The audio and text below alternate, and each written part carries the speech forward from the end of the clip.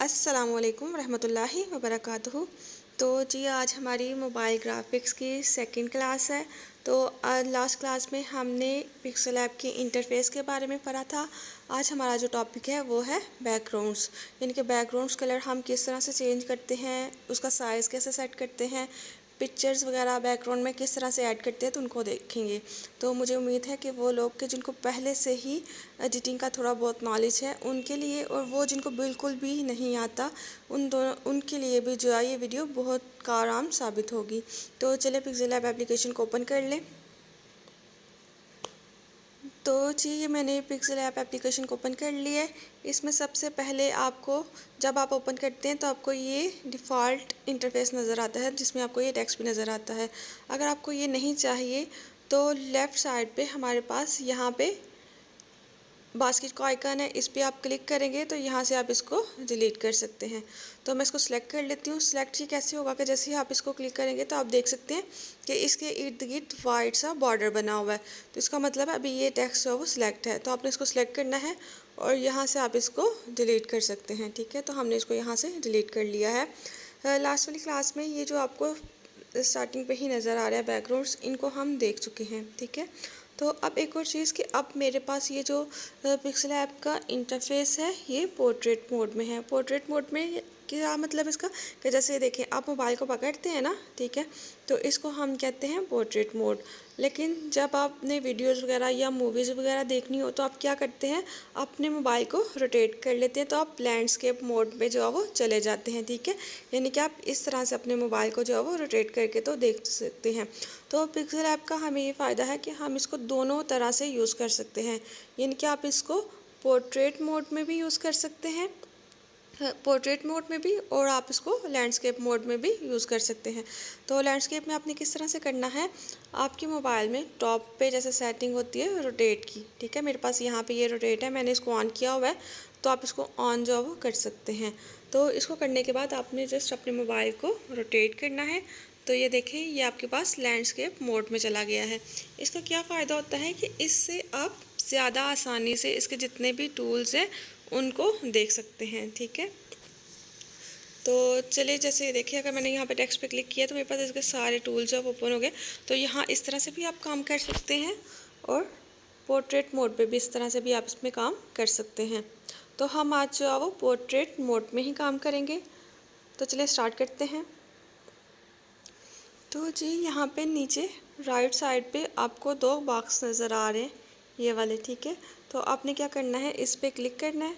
जैसे ही हम इस पर क्लिक करेंगे तो यहाँ से हम बैकग्राउंड की सेटिंग्स वगैरह चेंज कर सकते हैं। सबसे पहले यहाँ पे देखिए हमें जो सेटिंग नज़र आ रही है वो है कलर की। तो यहाँ पे यानी कि ये जो बैकग्राउंड कलर है ना, ये आप चेंज कर सकते हैं। तो हम इसमें देख लेते हैं ये कलर जैसे ही आप चेंज करेंगे तो यहाँ पे कलर के ऑप्शन को सिलेक्ट करके तो यहाँ पे आप मल्टीपल कलर्स जो है वो चूज़ कर सकते हैं।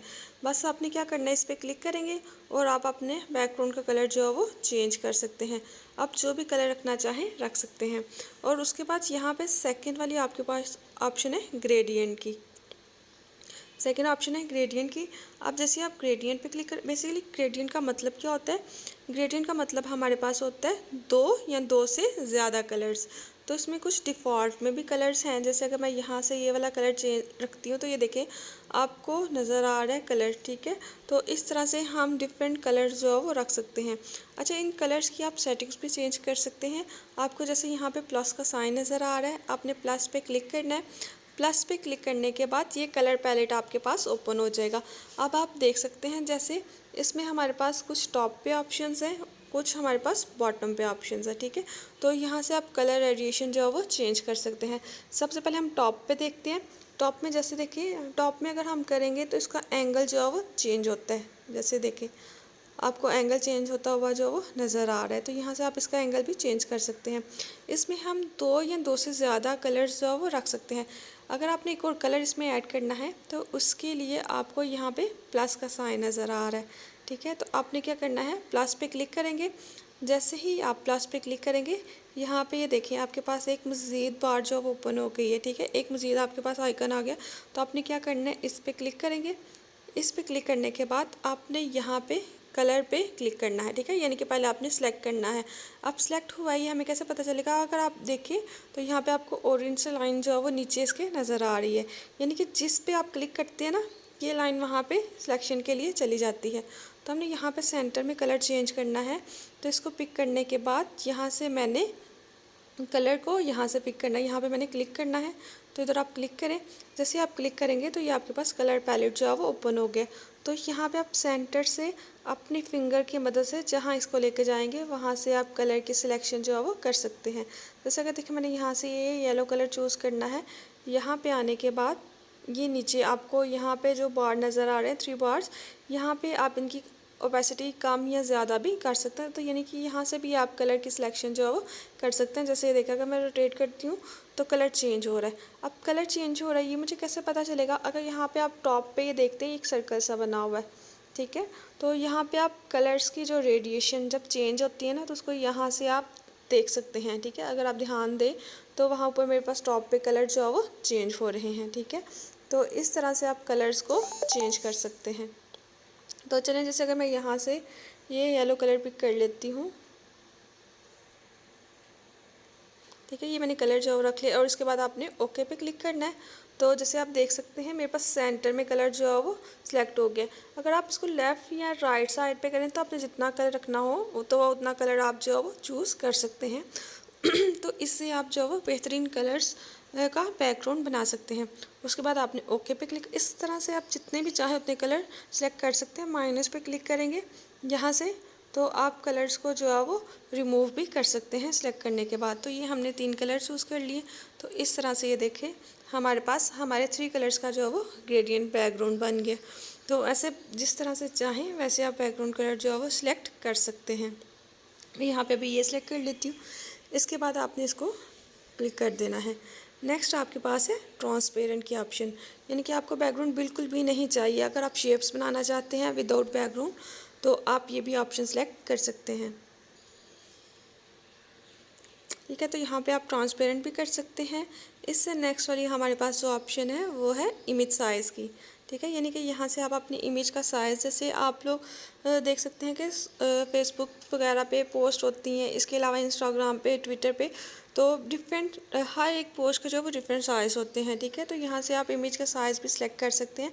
आपको जो साइज़ चाहिए यहाँ से भी कर सकते हैं।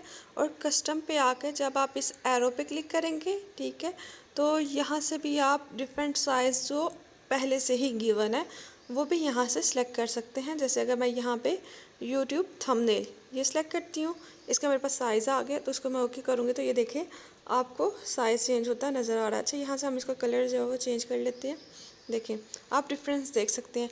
इसके अलावा अगर आपने कोई पोस्ट क्रिएट करनी है, फेसबुक की क्रिएट करनी है, इंस्टाग्राम की या व्हाट्सएप की जो प्रोफाइल है वो पिक बनाना चाहते हैं, तो आपको साइज़ का नहीं पता। साइज़ जब हम ग्राफिक्स डिज़ाइनिंग में पिक्चर्स एडिट करते हैं ना, तो साइज़ बहुत ज़्यादा इंपॉर्टेंट है। अगर आपको पिक्चर्स एडिट करनी आती है लेकिन आपको साइज़ का नहीं पता, तो आप अच्छे जो है वो डिज़ाइनर नहीं बन सकते। क्योंकि डिफरेंट प्लेटफॉर्म है, डिफरेंट प्लेटफॉर्म्स की डिफरेंट प्लेटफॉर्म पे पोस्ट करने के लिए हमारे पास डिफरेंट जो है वो साइज़ की वेरिएशंस होती हैं। इस वजह से साइज़ बहुत ज़्यादा इंपॉर्टेंट है। अगर आपको नहीं पता तो परेशान होने की ज़रूरत नहीं है। हम गूगल पे जाके तो साइज़ चेक कर सकते हैं जिस भी पोस्ट को आपने बनाना हो। तो जैसे अगर हम गूगल पे चलते हैं जी, तो ये मैं गूगल की एप्लीकेशन पे आ गई हूँ। अब यहाँ पे आके तो जैसे अगर आप किसी भी कंपनी का बिज़नेस कार्ड बनाना चाहते हैं तो आपने गूगल पे आके लिखना है बिज़नेस कार्ड साइज़ इन पिक्सेल्स, ठीक है। पिक्सेल्स में आप लिखेंगे क्योंकि हमने जब पिक्सल ऐप पे काम करना है तो हम जब साइज़ वहाँ पे देते हैं पिक्सेल्स में ही देते हैं। तो आप यहाँ से देख सकते हैं कि मेरे पास इसका साइज़ जो है वो आ गया है। तो इस तरह से आप Facebook profile, WhatsApp profile size लिख के पिक्सेल्स में तो वो फाइंड आउट कर सकते हैं। पोस्टर साइज़, ठीक है, तो इस तरह से डिफरेंट आपको साइज़ मिल जाएंगे। तो यहाँ से वो आपने साइज़ लेना है। जैसे इसका क्या है 150 मल्टीप्लाई बाय 600, ठीक है। तो ये इसकी विड्थ है और नेक्स्ट जो है इसकी हाइट है। तो इस तरह से हम इसको कर सकते हैं। पिक्सल ऐप पे जाते हैं और यहाँ से साइज़ वाली ऑप्शन को सिलेक्ट करके जो हमने कार्ड का साइज़ वहाँ पे देखा था वो यहाँ पे एडिट कर लेंगे। तो ये देखिए इस तरह से। अच्छा, पहले से ही मेरे पास साइज़ चेंज था। अगर मैं इसको लेती हूँ स्क्वायर में, ठीक है। और स्क्वायर में लेने के बाद अगर मैं इसका साइज़ चेंज करूँगी तो आप डिफरेंस जो है वो देख सकेंगे आसानी से। ठीक है, तो ये देखिए आपको डिफरेंस जो है वो नज़र आ रहा है। तो इस तरह से आप डिफरेंट साइज़ जो है वो रख सकते हैं। नेक्स्ट वाले हमारे पास ऑप्शन है इमेज की। तो इमेज पे जब आप क्लिक करेंगे तो यहाँ पे इन्होंने कुछ by default given pixel app में इमेजेस दी हुई हैं। आप यहाँ से भी कोई सी भी इमेज को जो है वो चूज़ करके तो डिज़ाइन जो है वो क्रिएट कर सकते हैं। ठीक है, तो आप यहाँ से भी इमेजेस को रख सकते हैं। इसके बाद में नेक्स्ट वाली हम ऑप्शन है हमारे पास फ्रॉम गैलरी, यानी कि अगर आपने गैलरी से इमेज लेनी है यहाँ से तो फिर आप गैलरी से भी इमेज को ले सकते हैं।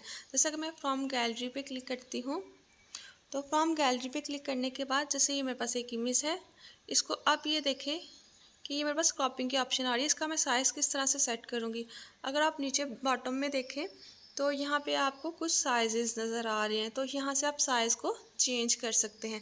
जैसे 1 बाय 1 में करती हूँ तो ये देखें ये मेरा साइज़ जो है वो सिलेक्ट हो गया है। तो इसके अलावा मज़ीद आपके पास आप जो भी साइज़ रखना चाहें आप वो साइज़ रख सकते हैं आसानी से। यहाँ पे काफ़ी सारे साइज़ जो है वो गिवन है। तो 1 बाय 1 रखने के बाद यहाँ पे आपके पास कुछ मज़ीद ये 2 ऑप्शंस हैं। ठीक है, तो इससे आप अपनी इमेज को रोटेट कर सकते हैं। ठीक है, अगर मैं ये देखें रोटेट करूँगी तो पहले मेरे पास फ्लावर जो है वो राइट साइड पे था, अब लेफ़्ट साइड पे चला गया है। तो आप इसी तरह से पहले मेरे पास टॉप पे था, अब मेरे पास बॉटम में आ गया। तो इस तरह से आप अपनी इमेज का जो रोटेशन है उसको भी चेंज कर सकते हैं। देन यहाँ पे आपके पास मज़ीद एक और ऑप्शन है सर्कुलर, यानी कि आपने जो भी इमेज सेलेक्ट की थी आप चाहते हैं कि वो सर्कल के फॉर्म में क्रॉप हो जाए। तो ये देखें आप इसको सर्कल के फॉर्म में भी क्रॉप कर सकते हैं। जैसे कि मैं ये वाली यहाँ से बस इतना मुझे एरिया चाहिए, तो क्रॉप करने के बाद मैंने क्या करना है क्लिक पे करूँगी तो ये देखिए ये मेरा एरिया जो है वो क्रॉप हो गया है जी। तो इसके बाद फ्रॉम गैलरी पे हम अगेन जाएंगे। अगेन जाने के बाद यहाँ से हम लोग इमेज को सिलेक्ट कर जी। तो यहाँ से मैं ये वाली इमेज जो है वो सिलेक्ट कर लूँगी। ये इमेज मैंने सिलेक्ट कर लिया है, इसका मैं साइज़ देख लूँगी, जो साइज़ एडजस्ट होता है वो साइज़ मैं यहाँ से ले लूँगी। ठीक है, तो ये मेरा साइज़ यहाँ से एडजस्ट हो गया और उसके बाद हम कर देंगे टिक पे क्लिक। तो ये साइज़ ले लिया। अब इस तरह से साइज़ लेने का क्या फ़ायदा होता है, अगर हम थोड़ा सा बैक पे जाते हैं, ठीक है, जैसे ही मैंने यहाँ पे पैक में मैं गई हूँ तो मैंने अगर यहाँ पे इमेज को एडिट करना है, जैसे आपको पता है प्लस पे आप जाएंगे, फ्रॉम गैलरी से आप पिक को चूज़ करेंगे। जैसे ये वाली पिक है, ठीक है, इसको अगर मैं चूज़ करती हूँ तो ये देखें इसका साइज़ अगर मैंने इसको एडजस्ट करना है तो ये देखें एडजस्ट करूँगी तो एक तो ये कि ये इमेज मेरे स्क्रीन पे फुल फिट नहीं हो रही। ठीक है, दूसरा अगर मैं इसको एडजस्ट करती हूँ तो इसकी देखिए शेप थोड़ी सी शेप इसकी जो है वो बिगड़ गई है। ठीक है, तो हमें भी यहाँ से अगर हम इस इमेज वाले साइज़ पे जाने के बाद बैकग्राउंड वाले ऑप्शंस में जाने के बाद फ्रॉम गैलरी से अगर हम इमेज लेके आते हैं तो एग्जैक्ट जो इमेज का साइज़ है उसी इमेज साइज़ में हम जो है वो इसको रख सकते हैं। ठीक है, तो आप इस तरह से ही इसको एडिट कर सकते हैं। तो ये हमारे पास बेस्ट है कि अगर हमें इमेज का साइज़ ना पता हो तो कहीं दूसरी जगह पे जाने के बजाय हम यहाँ से ही जो है वो इमेज के साइज़ को सेट कर सकते हैं। तो इमेज के साइज़ को सेट करने के बाद अब हमने क्या करना है, इसके ऊपर कोई भी कोटेशन वगैरह लिखनी है वो अब हम कहाँ से लेंगे। तो आपके पास यकीनन इस्लामिक व्हाट्सएप ग्रुप होंगे या कोई मोटिवेशनल ग्रुप्स होंगे कि जहाँ पे पोस्ट वगैरह शेयर की जाती है, तो आप वहाँ से कॉपी कर सकते हैं। जैसे कि मैं व्हाट्सएप को ओपन करती हूँ तो ये मैंने व्हाट्सएप ग्रुप को ओपन किया है। तो यहाँ पे जैसे आप देख सकते हैं मेरे पास काफ़ी सारी पोस्ट हैं। तो अगर मैं इनमें से कोई पोस्ट है जिसको मैंने कॉपी करके तो वहाँ पे एडिट करना है तो मैं क्या करूँगी, उसको सिलेक्ट करूँगी। सिलेक्ट करने के बाद हम यहाँ से इसको कॉपी कर लेंगे। कॉपी करने के बाद अगेन आप पिक्सेल ऐप पे जाएंगे। पिक्सेल ऐप पे जाने के बाद यहाँ पे मेरे पास टेक्स्ट है। ठीक है, तो आपने क्या करना है, आपने यहाँ पे लेटर ए पे इस पर क्लिक करना है। इस पर क्लिक करने के बाद यहाँ से आपने कलर को सिलेक्ट कर लेना है। कलर को सिलेक्ट कर लेंगे यहाँ से। कलर को सिलेक्ट करने के बाद आप इसका कलर रख देते हैं हम ब्लू कलर। तो कलर्स का इंतखाब कैसे करना है, एक इसके लिए मैं आपको टिप देती हूँ कि जैसे अगर आपने कलर्स को सिलेक्ट करना, अच्छा इसको हम बाद में देखते हैं, पहले हम टेक्स्ट को एडिट कर लेते हैं। टेक्स्ट को एडिट करने के लिए एडिट पे क्लिक करते हैं और फिर यहाँ से आप जो है वो इस जो हमने टेक्स्ट व्हाट्सएप से कॉपी किया था उसको यहाँ पे आके पेस्ट कर देना है और जो आपको टेक्स्ट चाहिए वो आप यहाँ पे रख सकते हैं। और उसमें से जो चीज़ आपको नहीं चाहिए आप सिंपल उसको उसको रिमूव भी कर सकते हैं। जी, इसको रिमूव करने के बाद हमने क्या करना है, ओके पे क्लिक कर देंगे। जैसे ही आप ओके पे क्लिक करेंगे तो ये आपके पास कैनवास में आ गया। आप देख सकते हैं कि इसका साइज़ बहुत ज़्यादा बड़ा है कि ये हमारी इमेज के ऊपर सेट नहीं हो रहा। तो आपने क्या करना है, यहाँ पे ही आपके पास ऑप्शन है साइज़ की, ठीक है। तो आपने साइज़ पे क्लिक करना है। साइज़ पे क्लिक करने के बाद ये आपके पास एक लाइन आ गया, तो यहाँ से आप साइज़ को बढ़ा भी सकते हैं और कम भी कर सकते हैं। तो हमने साइज़ को जो है वो कम करना है। तो यहाँ पे आपने इसको साइज़ को कम करके तो एडजस्ट कर लेना है, ठीक है।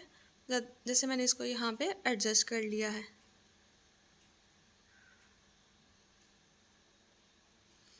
तो इसको एडजस्ट करने के बाद अब आपने इसकी थोड़ी सी अलाइनमेंट करनी है। जैसे कि आप यहाँ से देख सकते हैं कि मेरे पास ये जो टेक्स्ट है ये यहाँ पे बराबर नहीं है, इक्वल नहीं है। तो आपने इसको इक्वल करना है।